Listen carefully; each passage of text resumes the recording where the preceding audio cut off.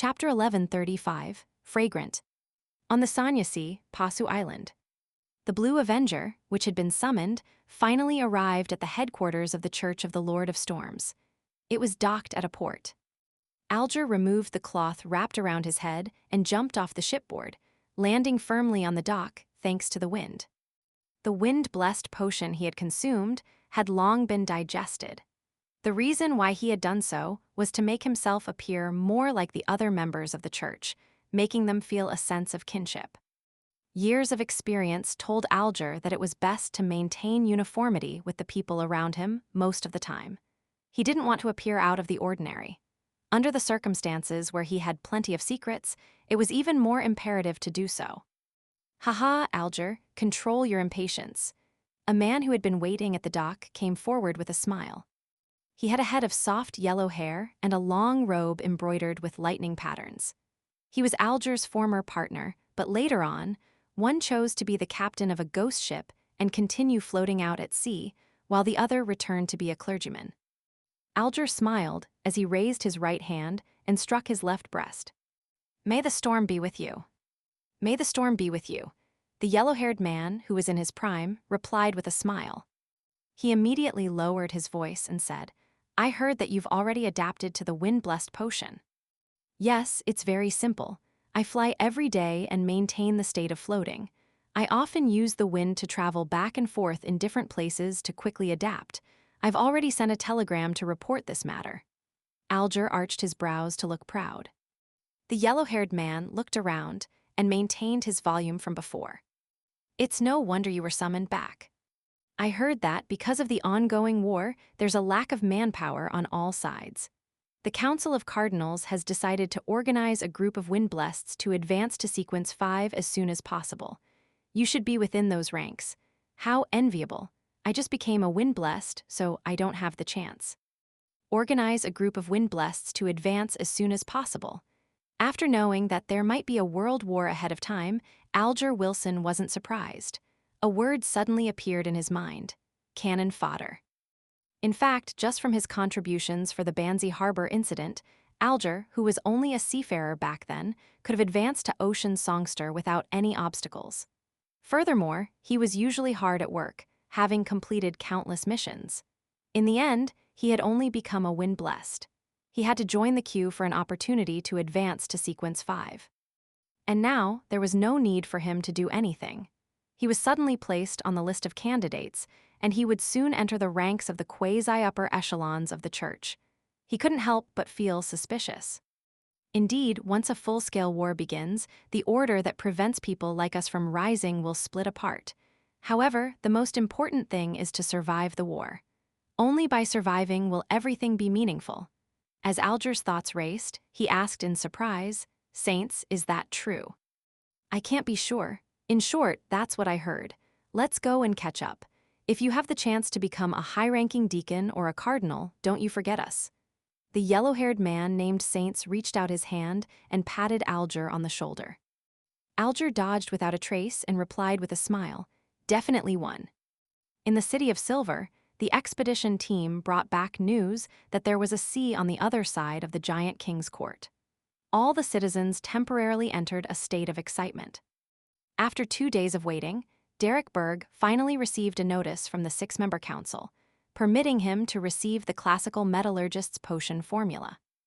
This meant that the upper echelons of the City of Silver had agreed to exchange for the special mushrooms. The advancement ritual is to personally refine a stone of life. What's a stone of life? There's no explanation here. Derek glanced at the parchment in his hand and began preparing a ritual without much thought. In his opinion, Mr. Fool definitely knew what the stone of life was. He didn't need to worry about Mr. World. After setting up the altar, he took out 2 metal tubes, each containing the blood of him and a Dawn Paladin from the City of Silver. The Dawn Paladin had reached a certain age, and his body could no longer withstand the corrosive effects of the poison in most foods. In the foreseeable future, he would gradually reach the end of his life. 2 days ago, his granddaughter had personally delivered the final stab with a sword. As for Derek, he had previously obtained the chief's approval and found an opportunity to extract some of the deceased's blood. As for the devil's blood that Mr. World needed, the City of Silver's inventory temporarily didn't have one. However, Chief Colin Iliad said that, as long as the mushrooms could satisfy the needs of the City of Silver's food requirements, he would organize a small hunting team and go to a region where devils appeared. After placing the 2 metal tubes and goatskin parchment onto the altar, Derek took 2 steps back and faced the lit candles as he began the sacrificial ritual. After a series of tasks, the illusory door that was formed from flames and spiritual materials opened heavily. After the sacrificial items were taken away, a dark glow was left behind. The brilliance slowly faded as large numbers of mushrooms of different shapes appeared before Derek's eyes. As for whether they looked strange, Derek didn't even think about it. This was because he had seen mushrooms once, abnormal ones. Therefore, he lacked a point of reference for comparison. After recalling Mr. World's description of different breeds of mushrooms and effects, Derek quickly categorized them and placed them into different leather handbags. Immediately after, he picked up the unshadowed crucifix excitedly and prepared to head for the spire. However, just as his hand touched the bronze cross, he felt it burn and feel prickly. It was as if a light was seeping out of the rust and shining at the mushrooms. They're evil and need to be purified. Derek was confused, but he eventually decided to believe in Mr. World. He hid the unshadowed crucifix and carried Thunder God's roar. He walked all the way to the spire and met Chief Colin Iliad. "Are these the mushrooms?" As he spoke, Demon Hunter Colin's eyes reflected 2 complex dark green symbols. His gaze swept across the different mushrooms that were either pure white and full or filled with flesh. "Yes," Derek began introducing them, one by one. Colin returned to normal and remained silent for a few seconds. "There's an evil and tainted aura emitted from them, but they're in minute amounts and can be tolerated. This must have settled down after they devoured the flesh and blood of monsters."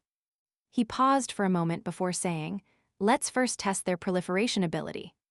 Following this sentence, a number of City of Silver personnel, who were prepared to usher in the mushrooms, carried a few monster corpses into the chief's room and scattered them over the different kinds of mushrooms.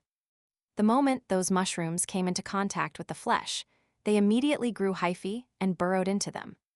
About 20 to 30 seconds later, they began to rapidly expand and spit out spores.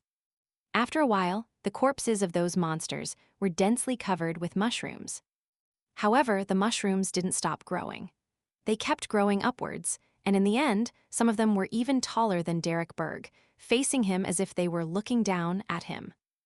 Mr. World didn't say that they would grow this large. Besides, the speed at which it grows is way too fast. Derek looked at it in a daze, but he didn't think it was a problem. There wasn't much of a change in Colin Iliad's expression. Only after the monsters were left with skeleton and dregs did he look around. "It's better than I expected. Next, who wants to try the effects of eating it?" Without hesitation, Derek took a step forward and said, "Your Excellency, I'll do it." He was in charge of importing the mushrooms, so he definitely had to personally confirm its safety. Colin Iliad nodded slightly and said, "Okay." He then turned his head and said to another City of Silver resident, "Invite Elder Lovia over to prevent any accidents." As a Beyonder who controlled flesh and blood, Lovia could resolve most of the changes in the human body. Of course, whether the mutated individual could survive was another matter. Everyone waited for a few minutes before Shepherd Lovia, who was wearing a deep purple robe, arrived in the chief's room. She had just passed through the door when her light gray eyes suddenly narrowed. She instinctively looked at the mushrooms that occupied most of the space. After staring at it for a while, Lovia looked at Colin Iliad and nodded slightly, indicating that she was ready to provide any help. Without any hesitation, Derek Berg chose a black mushroom that was embedded with blood-red threads and marbling, standing at half his height. He tore off the mushroom that had wrapped around the skeleton, and he produced a bonfire and began roasting it. Gradually, a fragrance that seemed to be able to drill into one's stomach emanated out. This was a smell that the residents of the City of Silver had never smelled before. Their throats bobbed as they instinctively swallowed a mouthful of saliva. The bonfire emitted a sizzling sound, before the fragrance grew stronger. This wasn't the usual sound. It was as if it could make one's soul yearn for this strange smell. It was the type that everyone was rather familiar with. It was the natural desire for black-faced grass food after returning to the city of silver, having not eaten them for a long time. As the sizzling sounds grew louder and frequent, they felt as though a hand had reached out from their stomachs, eager to grab the food back. Unknowingly, the other city of silver residents who had been doing something else in the spire had followed the fragrance and gathered at the door. It took Derek a great deal of effort to control himself from tasting the mushroom midway. He waited until it was completely charred yellow on the outside before he took it back and blew at it. At that moment, everyone's eyes were on him, including Colin Iliad and Shepherd Lovia. With his faith in Mr. World and Mr. Fool, Derek didn't speak. He lowered his head and bit the mushroom. SSSS, he let out a sound of being scalded before chewing and gulping it down. After nearly half of the mushrooms were gone, Derek raised his head, his face slightly red. His mouth was glistening with oil as he mumbled, "It's such a weird taste. I can't help it. I can't stop." Colin Iliad sized up Derek for a few seconds before turning his head to look at Shepherd Lovia. Lovia slowly shook her head and said, "No problem." The surrounding people of the City of Silver immediately let out cheers as they rushed forward and surrounded Derek. They either wanted to share a piece or ask him what to do with the other mushrooms. When Colin saw this, his expression gradually relaxed. He slowly closed his eyes and lifted his chin. He took a deep breath of the fragrance that had filled the room. The City of Silver held a mushroom ritual? Isn't this a little strange? Also, what's a stone of life? Yes, the people from the Church of Earth Mother definitely know, and Frank is no exception. Above the gray fog, as Klein listened to Little Son's latest report, he opened the parchment that he had received but hadn't had the chance to read in detail. The reason why he had rushed back to the real world after the sacrificial and bestowment ceremony was because the serialized horror stories of Backlund's hospitals in several newspapers had reached its climax. Hence, he received a lot of feedback over the past few days. He was at the critical moment of having his bizarro sorcerer potion digested. And now he had already completed this step. He was already prepared to advance to Scholar of Yore.